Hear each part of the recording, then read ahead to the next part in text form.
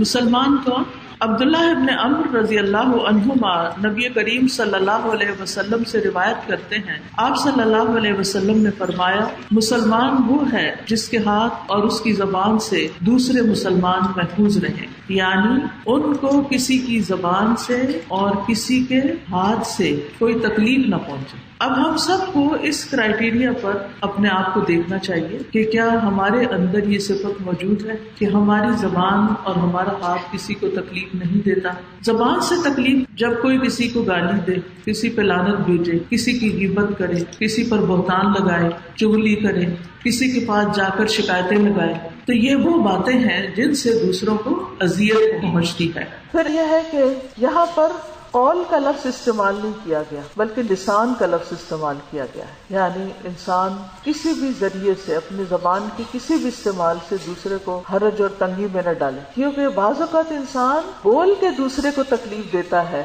اور بعض اوقات انسان چپ کر کے کسی کو تکلیف دیتا ہے، بعض اوقات کسی کی خاموشی سے بھی تکلیف ہوتی ہے، تو ہر طرح کی تکلیف سے بچنے کی بات ہو گئی۔ رسول اللہ صلی اللہ علیہ وسلم نے فرمایا، ہر آدمی کی انتہائی بابرکت اور انتہائی منحوس چیز اس کی زبان ہے، یعنی اگر زبان سے وہ اچھے کام لیتا ہے تو وہ زبان بڑی بابرکت بھی ہے، کیونکہ ایک بات انسان کرتا ہے اور اس کی بہت بڑی خیر دوسروں تک پہنچ جاتی ہے، اور بعض اوقات ایک بات انسان کرتا ہے اور اس کا شر دوسروں تک پہنچ جاتا ہے۔ عبداللہ بن مسعود رضی اللہ عنہ روایت کرتے ہیں، وہ کہتے ہیں کہ میں نے رسول اللہ صلی اللہ علیہ وسلم سے کہا، اے اللہ کے رسول، اعمال میں سب سے افضل عمل کون سا ہے؟ آپ نے فرمایا، نماز کو اس کے وقت پر پڑھنا۔ میں نے کہا، پھر کون سا اے اللہ کے رسول صلی اللہ علیہ وسلم؟ فرمایا کہ لوگ تمہاری زبان سے محفوظ رہیں۔ اسی طرح تین چیزیں انسان کی بدبختی کی علامت ہے۔ نبی صلی اللہ علیہ وسلم فرمایا کہ وہ عورت کہ تم اس کو دیکھو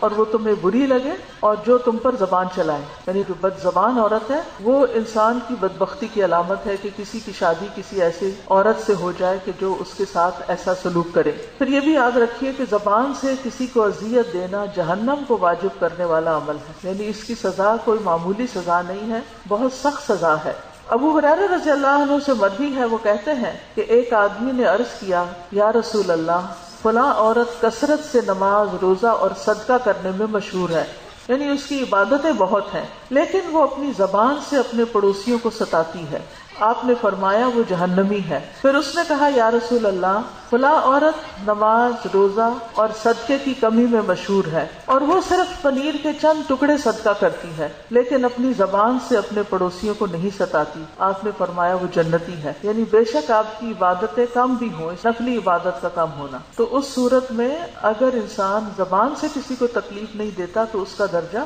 بلند ہے۔ اسی طرح ہاتھ سے تکلیف دینے کا مطلب کہ انسان ہاتھ سے کسی کو مارے، کوئی اذیت دے، کوئی تشدد کرے، ہاتھ سے مارے یا ہاتھ کے اندر کوئی چھری ہو، تلوار ہو، کوئی چیز اس کے ذریعے کسی کو تکلیف دے، یا کوئی چیز کسی پہ گرا کے، یا کسی کو دھکا دے کے، یا کسی کے بارے میں کوئی غلط چیز لکھ کے، ٹائپ کر کے، میسج کر کے، یعنی دوسرے کے خلاف کوئی الزام نشر کرے۔ حضرت عائشہ رضی اللہ تعالی عنہا سے مروی ہے، وہ کہتی ہیں کہ رسول اللہ صلی اللہ علیہ وسلم نے کبھی کسی کو اپنی ذات کے لیے اپنے ہاتھ سے نہیں مارا، نہ عورت کو اور نہ ہی خادم کو۔ رسول اللہ صلی اللہ علیہ وسلم نے فرمایا، کیا تم جانتے ہو کہ مفلس کون ہے؟ صحابہ نے عرض کیا، ہم میں مفلس وہ آدمی ہے جس کے پاس درہم اور مال و اسباب نہ ہو۔ تو رسول اللہ صلی اللہ علیہ وسلم نے فرمایا، بے شک قیامت کے دن میری امت کا مفلس وہ آدمی ہوگا جو نماز، روزے، زکوٰۃ وغیرہ سب کچھ لے کر آئے، لیکن اس آدمی نے دنیا میں کسی کو گالی دی ہوگی، کسی پر تہمت لگائی ہوگی، کسی کا مال کھایا ہوگا، کسی کا خون بہایا ہوگا، کسی کو مارا ہوگا، تو اس کی نیکیوں میں سے اس کو دے دیا جائے گا، یعنی انسان کے جو اعمال ہوں گے برے، اس کے بدلے میں اس کی نیکیاں اس سے لے لی جائیں گی، اور اگر اس کی نیکیاں ان کے حقوق کی ادائیگی سے پہلے ہی ختم ہو گئیں تو لوگوں کے گناہ اس آدمی پر ڈال دیے جائیں، پھر اس آدمی کو جہنم میں ڈال دیا جائے گا۔ اس لیے ہم سب کو اس بات کا بہت خیال رکھنا چاہیے، بہت احساس کرنا چاہیے کہ ہمارے ہاتھ سے اور ہماری زبان سے کسی کو کوئی تکلیف نہ پہنچے۔